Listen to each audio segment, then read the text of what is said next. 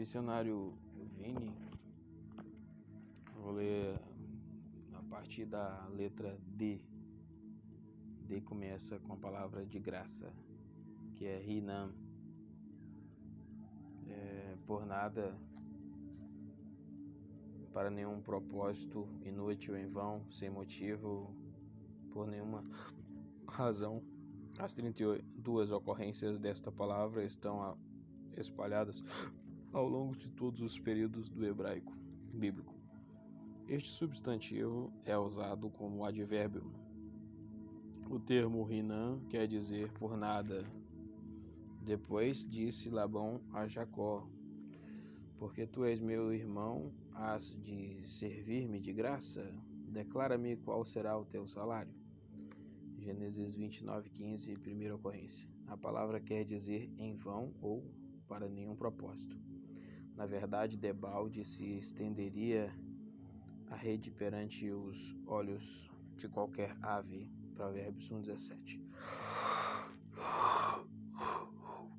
Por fim, Rinam significa para nenhum propósito, pois pecarias contra sangue inocente matando Davi sem causa. 1 Samuel 19:5. Deitar-se. A palavra deitar-se, né?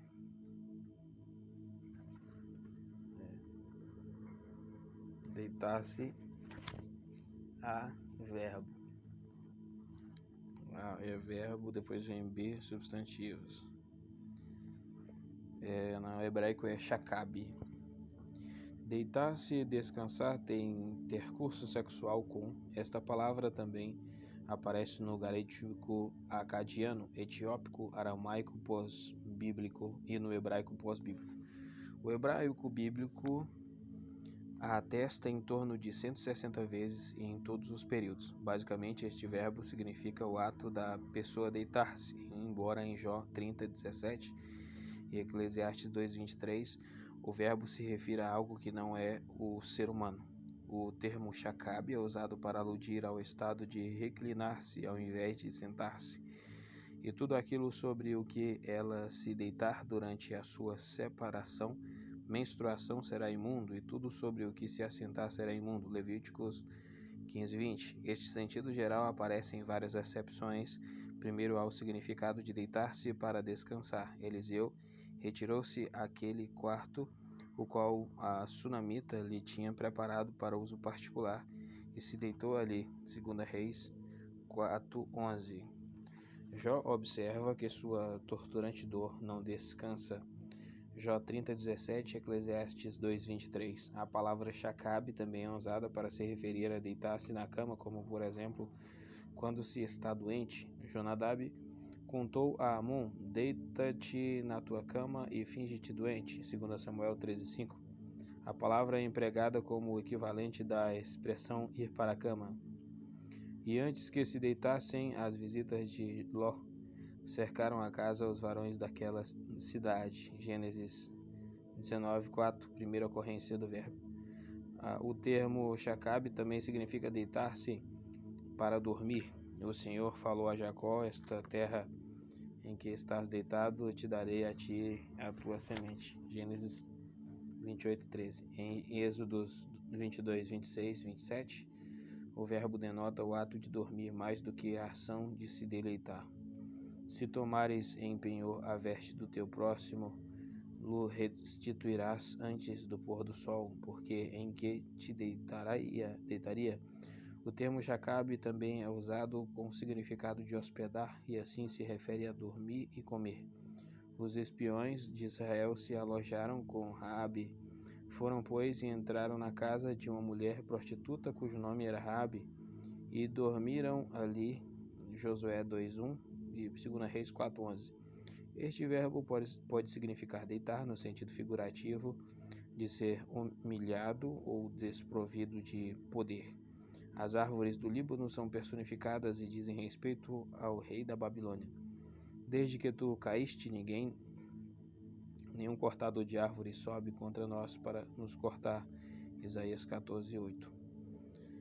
Usado de modo reflexivo, Shakabe significa humilhar a si mesmo, submeter a si mesmo. Jazemos na nossa vergonha, Jeremias 3:25. Outra acepção especial é por algo a seu lado. Quem numerará as nuvens pela sabedoria? Ou os odres dos céus, quem os abaixará? Quando se funde o pó numa massa e se pegam os torrões uns aos outros, Jó 38:37. Uma segunda ênfase de Shakabe é morrer, deitar-se na morte.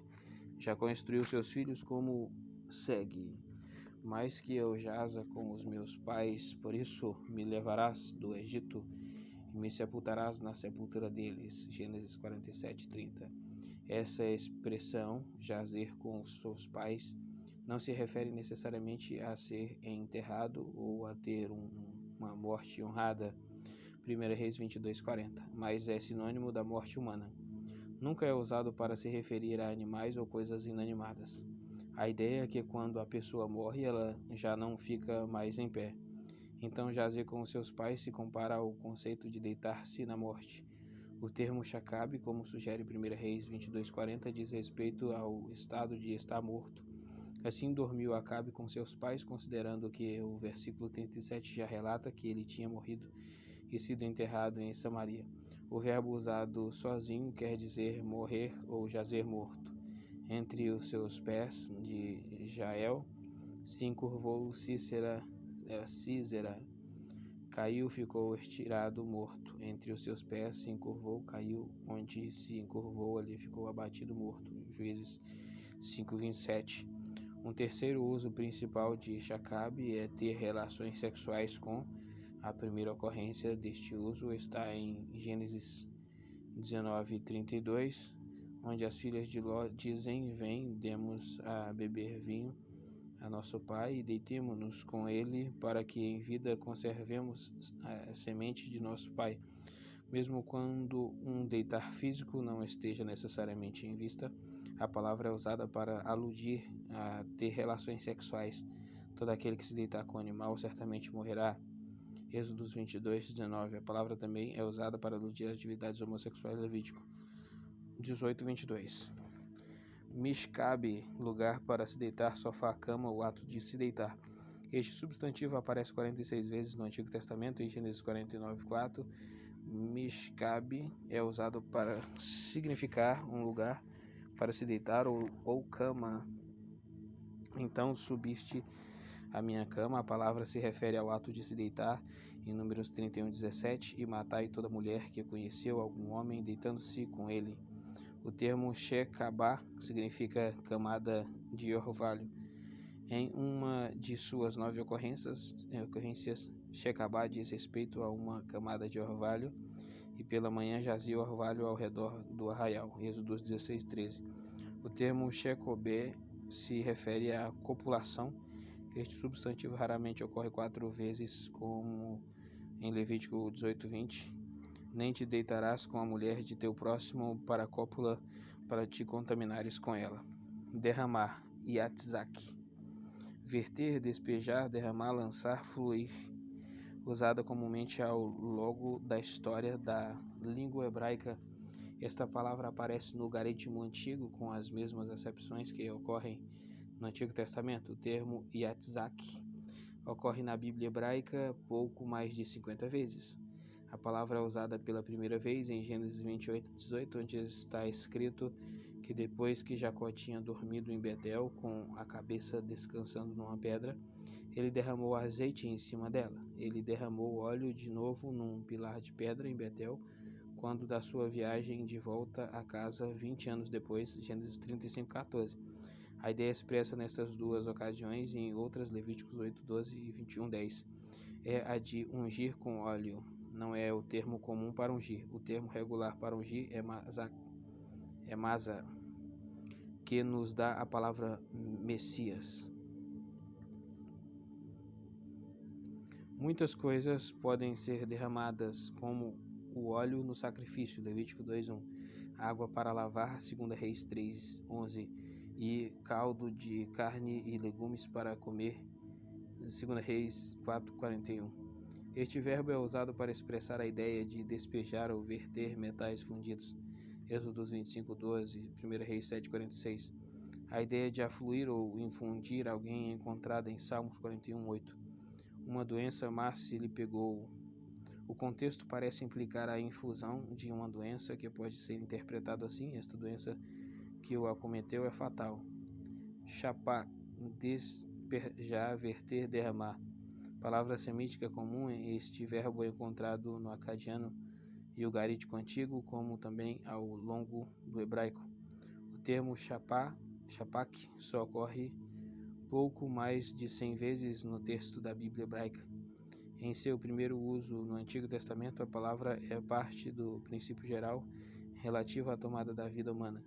Quem derramar o sangue do homem, pelo homem, o seu sangue será derramado. Gênesis 9:6. Visto que é usado neste sentido de derramar ou verter sangue, a palavra é utilizada sinonimamente para se referir a despejar o conteúdo de uma vasilha, como água, Êxodos 4:9, 1 Samuel 7:6, reboco ou pó, Levíticos 14:41, e ofertas de bebida a falsos deuses, Isaías 57:6. Em seu uso figurativo, chapak indica o derramamento da ira de Deus, Oséias 5:10, de desprezo, Jó 12:21, da maldade, Jeremias 14:16, e do Espírito de Deus, Ezequiel 39:29. O salmista descreve sua condição desesperadora nesta expressão pitoresca como água me derramarei. Salmos 22:14, minha força escoa como água, sou como água que escoa. Agora a palavra descer, yahat, descer. Este verbo aparece na maioria dos idiomas semíticos, incluindo o hebraico pós-bíblico em todos os períodos. No hebraico bíblico, a palavra ocorre por volta de 380 vezes e em todos os períodos. Basicamente, este verbo conota movimento de um local mais alto para um local mais baixo. Em Gênesis 28:12, Jacó viu uma escada cujo topo tocava nos céus, e eis que os anjos de Deus subiam e desciam por ela. Em tal uso, aquele que fala ou ouve a fala ou vê do ponto do destino, e o movimento é descendente em direção a ele. Assim, a pessoa pode descer abaixo da superfície do solo, Gênesis 24:16. Aquele que fala também pode falar como se estivesse no ponto de partida e o movimento partisse dele e fosse para baixo. De maneira interessante, pode-se descer para um local mais baixo a fim de alcançar as portas da cidade, Juízes 5:11, ou para chegar a uma cidade localizada em nível mais baixo do que a entrada de acesso, 1 Samuel 10:8. Normalmente se sobe para uma cidade para entrar nela e se desce para sair dela, 1 Samuel 9:27. A jornada da Palestina ao Egito é mencionada como descida, Gênesis 12:10. Esta referência não é um movimento no espaço de um lugar mais alto para um lugar mais baixo, trata-se de uso mais técnico do verbo. O termo Yarad é usado para aludir à morte. A pessoa desce para o sepulcro. Aqui a ideia de movimento espacial está presente, mas no pano de fundo. Esta descida é muito mais uma saída do mundo da existência consciente, porque não pode louvar-te a sepultura, nem a morte glorificar-te, nem esperarão em tua verdade os que descem a cova. Os vivos, estes te louvarão. Isaías 38:18-19.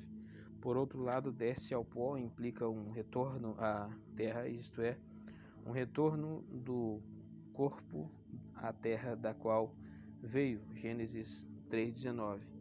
Todos os que descem ao pó se prostrarão perante ele. Salmos 22:29. Também há a ideia da descida da alma para o reino dos mortos. Quando Jacó lamentou José, o qual ele pensava que estivesse morto, ele disse: na verdade, com choro hei de descer ao meu filho até a sepultura. Gênesis 37:35. Visto que se pode descer vivo ao Sheol, significa mais do que o fim da vida humana. Este significado é mais assegurado porque Enoque foi recompensado por ser tirado da terra, e andou Enoque com Deus, e não se viu mais, porquanto Deus para si o tomou. Gênesis 5:24. Ele foi recompensado por não ter de descer ao Sheol. A palavra Yarad também é usada com o sentido de descer, quando a ênfase está em mover-se para baixo em direção àquele que fala. Então desceu o Senhor para ver a cidade e a torre. Gênesis 11:5. Primeira ocorrência bíblica. Esse verbo também é usado para expressar descer do topo de uma montanha, como Moisés fez quando desceu do Sinai. Êxodo 19:14. A palavra pode ser usada para aludir a desmontar de um burro. Vendo, pois, Abigail a Davi, apressou-se e desceu do jumento. 1 Samuel 25:23. O corpo de Abigail não estava necessariamente mais baixo que antes. Assim, o movimento de um local mais alto para um mais baixo não está indicado. Contudo, ela não estava mais no lombo do animal. Assim, o verbo aqui indica desmontar em vez de descer. Em acepção um tanto quanto relacionada, pode-se descer da cama, aliás, contou a Acasias. Da cama a que subistes não descerás, mas sem falta morrerás. 2 Reis 1:4. Novamente, a ideia não é descer de algo. Quando a pessoa desce da cama, ela se levanta, está mais alta do que quando estava deitada na cama. Então, o significado aqui é levantar-se em vez de descer. Este verbo também é usado para descrever o que uma barba faz. Pende. Salmo 133:2. O termo Yarad é usado para indicar descer do altar. Arão levou as mãos ao povo e abençoou e desceu, havendo feito a expiação do pecado. Levíticos 9:22. Este uso especial é melhor visto com o oposto de subir ao altar, o que não é apenas um movimento físico de um plano mais baixo para o mais alto, mas uma ascensão espiritual para uma esfera superior de realidade. Por exemplo, subir diante de um rei é entrar na presença de alguém que está em nível social mais alto. Subir diante de Deus, representado pelo altar, é ir perante aquele em um plano espiritual mais elevado. Estar diante de Deus é estar na sua presença diante do seu trono, em um plano espiritual mais elevado. O termo Yarad é usado para se referir à aproximação humilde diante de Deus. Deus fala a Moisés que todos os egípcios descerão a ele e se inclinarão diante dele. Êxodos 11:8. De igual modo, interessante é o uso ocasional do verbo para representar descer para um santuário conhecido. 2 Reis 2:2. Figurativamente, o verbo tem muitos usos. A descida de uma cidade é sua destruição. Deuteronômios 20:20. Quando o dia desce, chega ao fim. Juízes 19:11. A descida de uma sombra é seu prolongamento. 2 Reis 20:11. Lágrimas descem pelas bochechas quando se lamenta amargamente. Jeremias 13:17. A palavra Yarad também é usada figurativamente para aludir a uma descida em termos de posição social. O estrangeiro que está no meio de ti se elevará muito sobre ti, e tu muito embaixo descerás. Deuteronômios 28:43. Pelo menos uma vez a palavra significa subir. A filha de Jefté disse: deixa-me por 2 meses que vá e desça pelos montes e chore a minha virgindade. Juízes 11:37. Despertar. Significa, no hebraico, significa despertar, incitar, acordar. Esta palavra é encontrada no hebraico antigo e moderno, como também no garítico antigo. Ocorre cerca de 80 vezes no Antigo Testamento hebraico. Seu primeiro uso no Antigo Testamento tem o sentido de despertar alguém para ação. Desperta Débora. Desperta Débora, Juízes 5:12. Este mesmo significado está refletido no Salmo 7:6, onde está usado em paralelismo como levantar-se. Levanta-te, Senhor, na tua ira, desperta por mim. ou desperta, ó meu Deus, para o juízo que ordenaste. Esta versão provavelmente está mais em harmonia com o paralelismo total envolvido. Levanta-te e desperta, Senhor Deus. Outro sim, a mudança de por mim para o meu Deus envolve apenas ligeira mudança de uma vogal na palavra. Lembre-se de que as vogais hebraicas não faziam parte do alfabeto. Elas foram acrescentadas depois que o texto consonantal foi escrito. A palavra ur significa despertar de sono comum, Zacarias 4:1, ou do sono da morte, João 14:12. Em Jó 31:29 expressa a ideia de ficar excitado ou incitado. Se me alegrei, fiquei excitado da desgraça do que me tem ódio. Este verbo é achado diversas vezes em Cantares de Salomão, por exemplo, em contraste com o sono. Eu dormia, mas o meu coração velava. Cantares 5:2, encontrado 3 vezes numa frase idêntica, que não acordeis nem desperteis o meu amor até que queira. Cantares 2:7. Destruir. Chamade. Destruir, aniquilar, exterminar. Esta palavra bíblica também ocorre no hebraico moderno, com a raiz que tem a conotação de perseguição religiosa ou conversão forçada. A palavra chamade é encontrada 90 vezes no Antigo Testamento hebraico, a primeira vez em Gênesis 34:30, e ficarei destruído. Esta palavra sempre expressa destruição ou aniquilação completas, ainda que a palavra seja usada para expressar destruição literal de pessoas, Deuteronômio 2:12 e Juízes 21:16. Chamade é parte de uma ameaça aberta ou advertência dada ao povo de Israel, prometendo destruição se ele abandonar Deus pelos ídolos, Deuteronômio 4:25-26. Esta palavra também expressa a destruição completa dos lugares altos pagãos, Oséias 10:8. De Baal e suas imagens, 2 Reis 10:28. Quando Deus quer destruir completamente, ele varre com a vassoura da destruição, Isaías 14:23. Shahat, corromper, deteriorar, arruinar, desfazer, destruir. Usada principalmente no hebraico bíblico, esta palavra tem formas cognatas em alguns outros idiomas semíticos, como o aramaico e o etiópico.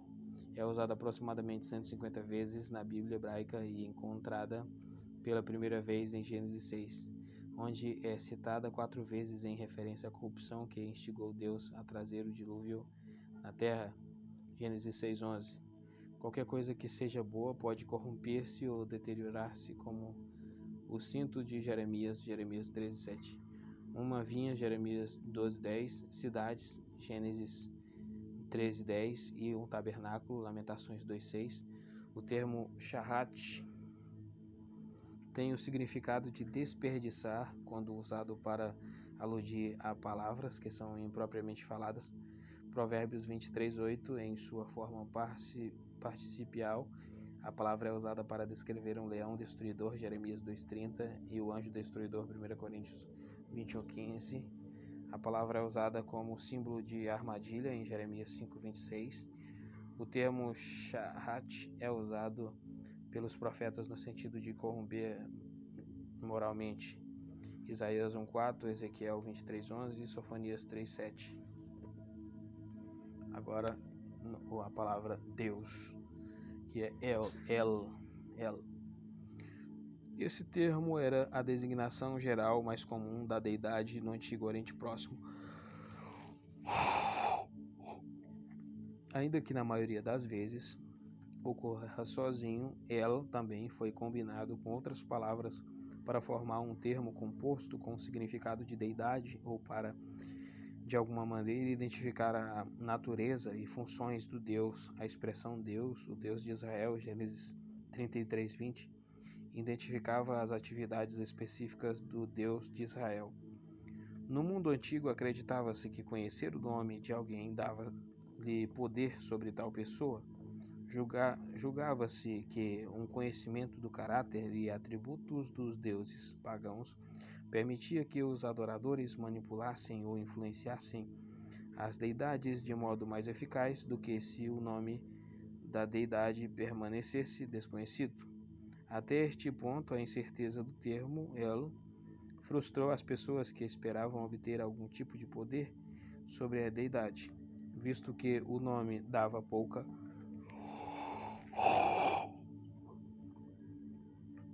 ou nenhuma indicação do caráter do Deus. Isto era particularmente verdade em El, o principal deus cananeu. Os antigos semitas tinham medo mortal dos poderes superiores exercidos pelos deuses e procuravam propiciá-los adequadamente. Era comum a eles associarem a deidade com a manifestação e emprego de grande poder. Talvez isto esteja refletido na curiosa expressão hebraica, poder, El, havia em minha mão. Gênesis 31, 29, ou está em meu poder, ou o poder da minha mão. Confira Deuteronômios 28, 32. Algumas expressões hebraicas nos Salmos associaram El com características naturais impressionantes, como os cedros do Líbano, Salmos 80, 10, ou as montanhas, Salmos 36, 6. Nestes exemplos, El transmite nítida impressão da grandeza ou majestade. No Oriente Próximo do segundo milênio a.C., era comum haver nomes contendo entre seus componentes o termo El. Os nomes Metusael, Gênesis 4, 18, e Ismael, Gênesis 16, 11, provêm de um período muito antigo. No período mosaico, El era sinônimo de Senhor que tirou os israelitas da escravidão no Egito e os tornou vitoriosos na batalha, Números 24, 8. Esta tradição do hebraico El como Deus que se revelou em poder e entrou em relação de concerto com o seu povo era proeminente na poesia, Salmo 7:11, e na profecia, Isaías 43:12 e 46:9. O nome de El era comumente usado pelos israelitas para denotar provisão ou poder sobrenaturais. Isto era normal e legítimo, visto que o concerto entre Deus e Israel assegurava a um povo obediente e santo que as forças criativas do universo o sustentariam e protegeriam em todo tempo. Da mesma forma, se o povo desobedecesse e se apostatasse, estas mesmas forças o castigariam severamente. Alá, Deus. Não, Elá, Deus. Esta palavra aramaica é equivalente da palavra hebraica Eloá. É o termo geral para Deus, mas passagens aramaicas do Antigo Testamento e a forma cognata da palavra Alá, a designação da deidade usada pelos árabes. A palavra foi amplamente usada no livro de Esdras e ocorre não menos que 43 vezes em Esdras 4:24 e 7:26. Em cada ocasião, a referência é ao Deus dos judeus, quer o locutor ou escritor seja judeu ou não. O governador da província daqui do rio, ou seja, a oeste do rio Eufrates, falou ao rei Dario sobre a casa do grande Deus. Esdras 5, 6, 8. Ciro também instruiu Sesbazar, o governador, para este edificar a casa de Deus em Jerusalém. Esdras 5, 15. Considerando que os persas não eram adoradores do Deus de Israel, eles lhe outorgaram a dignidade que condizia com o Deus dos céus. Esdras 6:10. Isso era feito em parte por superstição, mas a natureza pluralista do Império Persa, recentemente formado, também lhes exigia que honrassem os deuses dos povos conquistados no interesse da paz e harmonia social. Quando o próprio Esdras usava a palavra Elá, ele especificava o Deus dos judeus. Ele falou do Deus de Israel, Esdras 5:1, do Deus dos céus, Esdras 5:12, e do Deus de Jerusalém, Esdras 7:19. Ele também associou a Deus com sua casa em Jerusalém, Esdras 5:17 e 6:3. No decreto de Artaxerxes, Esdras foi descrito como o sacerdote Esdras, escriba da lei do Deus do céu. Esdras 7:12. Esta designação teria soado estranha de um governante persa pagão, não fosse a política de tolerância religiosa exercida pelo regime aqui em Rio. Em outros lugares, em Esdras, Elá está associado com o templo, tanto quando estava a ponto de ser reconstruído, Esdras 5:2-13, como quando o edifício foi concluído e consagrado para a adoração divina, Esdras 6:16. No único versículo do livro de Jeremias escrito em aramaico, Jeremias 10:11, a palavra Elá aparece na forma plural para descrever os deuses que não tinham participado da criação do universo, embora tais falsos deuses estivessem sendo adorados pelas nações pagãs e talvez por alguns dos hebreus que estavam no exílio na Babilônia. Estas deidades, no final das contas, pereceriam como não eram por natureza eternas. O livro de Daniel, Elá, foi usado para se referir tanto aos deuses pagãos quanto ao verdadeiro Deus dos céus. Os sacerdotes caldeus contaram a Nabucodonosor por quanto a coisa que o rei requer é difícil, e ninguém há que possa declarar diante do rei senão os deuses, cuja morada não é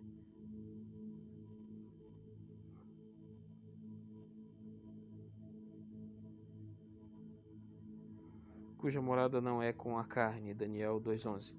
Os caldeus se referiram a tais deuses quando informaram que Sadraque, Mesaque e Abednego se recusaram a participar da adoração do ídolo e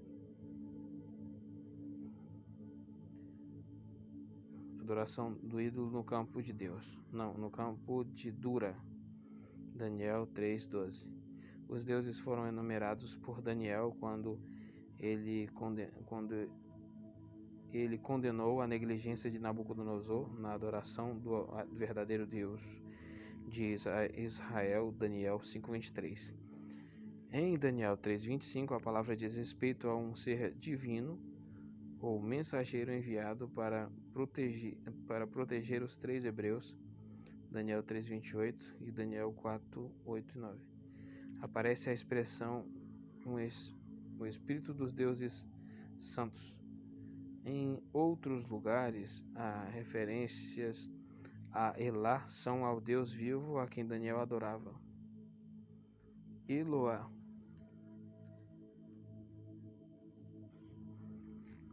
Deus. Este nome hebraico para se referir a Deus corresponde ao nome aramaico Elá ou ugarítico Il, ou se denotado a uma deusa Yud. A origem do termo é desconhecida e raramente é usada na escritura como designação da deidade. Com efeito, sua distribuição ao longo de vários livros da Bíblia é curiosamente desigual. O termo Eloá ocorre 40 vezes no livro de Jó, entre os capítulos 3, 4 e 40.2, enquanto que no restante do Antigo Testamento é usado não mais de 15 vezes.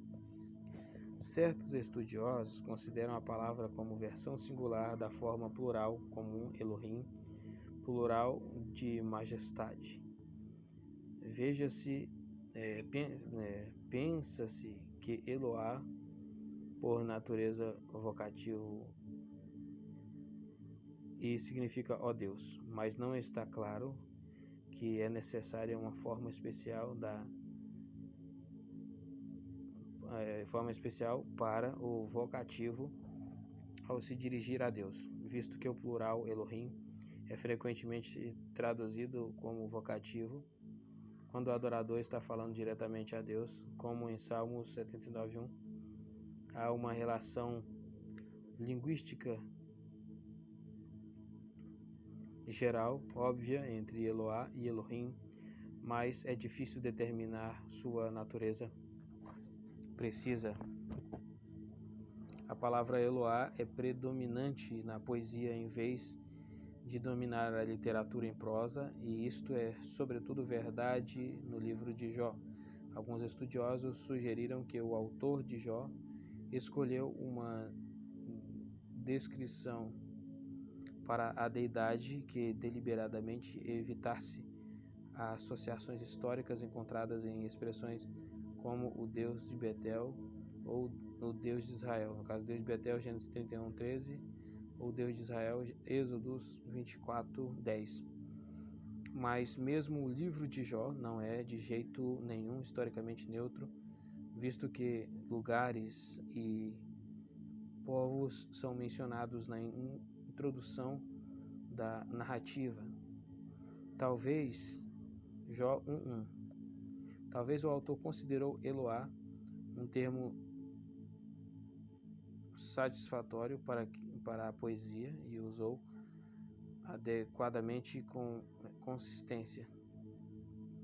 Este aparentemente é também o caso no Salmos 18:31, onde Eloá é encontrado em vez de El, como na passagem paralela de 2 Samuel 22:32. A palavra Eloá também aparece como termo para aludir a Deus em Salmos 50:22, Provérbios 30:11. Embora Eloá, como nome divino, seja raramente usado fora de Jó, sua história literária estende-se desde pelo menos o segundo milênio antes de Cristo, como em Deuteronômios 32:15, até o século V a.C., como em Neemias 9:17.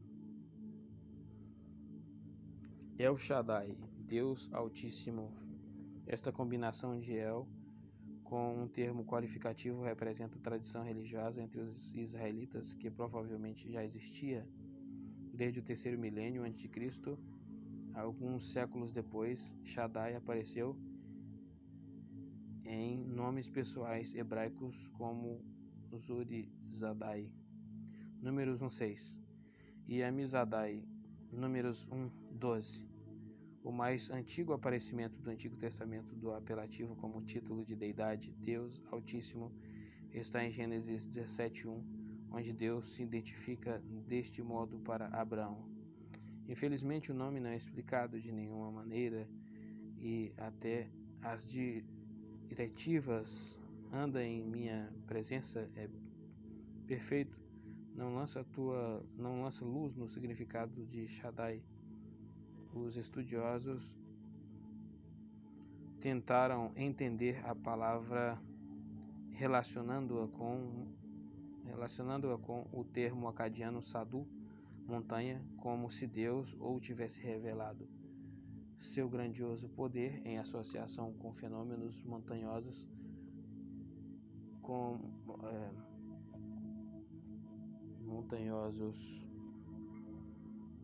como as erupções vulcânicas, ou fosse considerado forte e imutável como os outeiros eternos da bênção de Jacó, Gênesis 49:20. Não há que duvidar que a associação da deidade com as montanhas era parte importante da religião mesopotâmica. Acredita-se que os deuses favoreciam as habitações no topo da montanha e os sumérios construíam sua organização, torres, templo ou zigurates. como montanhas artificiais para adoração. Era habitual erigir um santuário pequeno na fase superior do zigurate, de forma que a deidade protetora pudesse descer do céu e habitar o templo.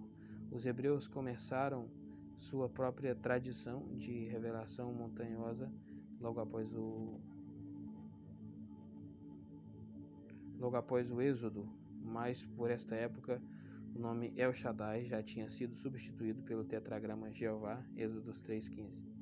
O termo El Shaddai serviu como nome do concerto para os patriarcas se referirem a Deus e continuou assim até os dias de Moisés, quando uma revelação adicional ocorreu, Êxodo 6:3. O concerto abrâmico foi marcado por um grau de proximidade entre Deus e os participantes humanos que foram característicos na história hebraica. O Deus Altíssimo se revelou como deidade poderosa que fazia tudo o que dizia, mas o grau de intimidade entre El Shaddai e os patriarcas em vários estágios mostra que o concerto envolvia o cuidado e amor de Deus por esta família crescente que ele escolhera, protegera e prosperara. Ele conduziu a família do concerto de lugar em lugar, estando a toda hora presente com eles. As formulações do seu concerto evidenciavam que ele não estava preocupado com o rito de culto ou as celebrações orgíacas. Ao invés disso, ele exigia um grau de obediência que permitisse que Abraão e seus descendentes andassem em sua presença e vivessem vidas inocentes do ponto de vista moral e espiritual. Gênesis 17:1. O verdadeiro culto do concerto de El Shaddai, não cultual ou ritualista, mas de caráter moral e ético.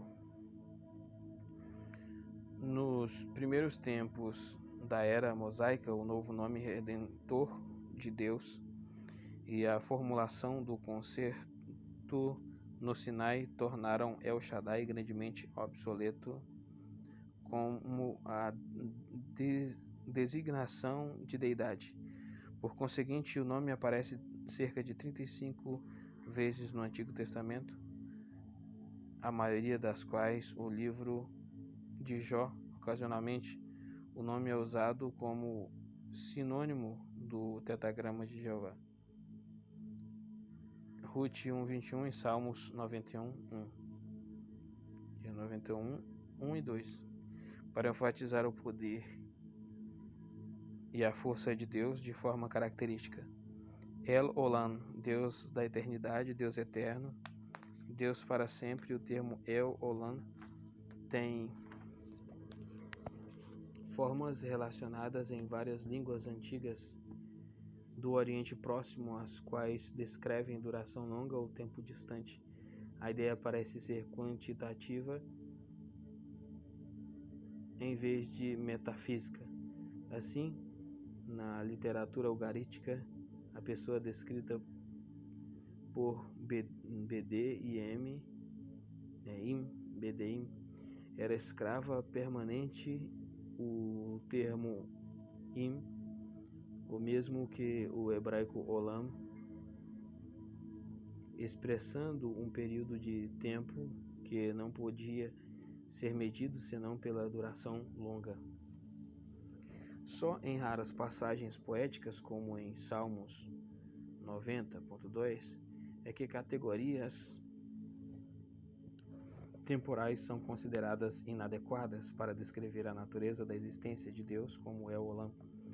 Em tal exemplo, imagina-se que o Criador é de eternidade em eternidade, mas até este uso de El Olam expressa a ideia de existência contínua e mensurável, em vez de expressar um estado de ser independente das considerações temporais.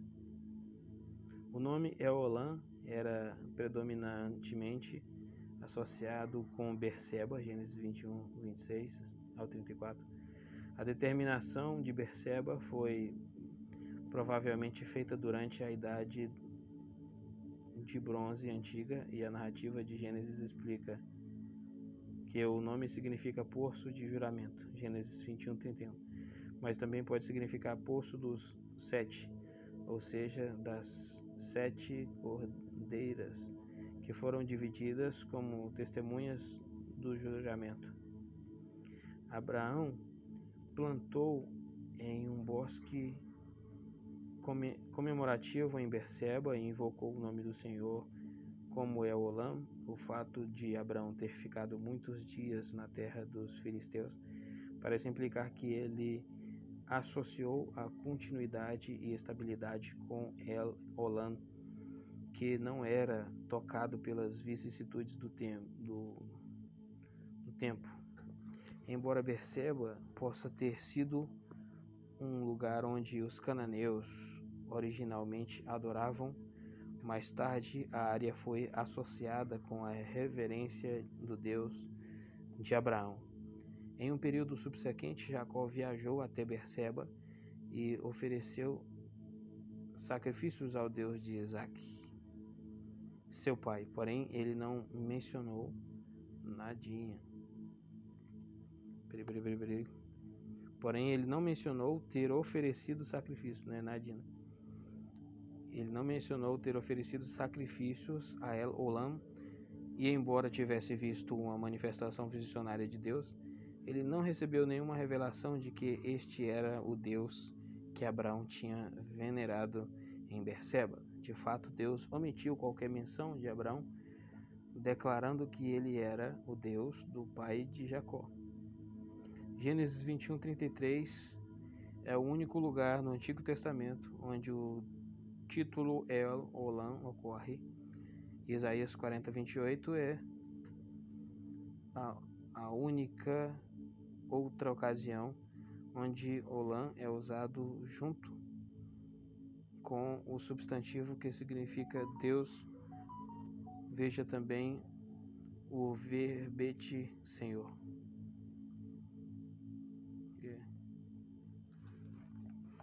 Então é isso aí, D até a palavra Deus. Aí depois eu continuo a palavra D, que tem pouca coisa aí.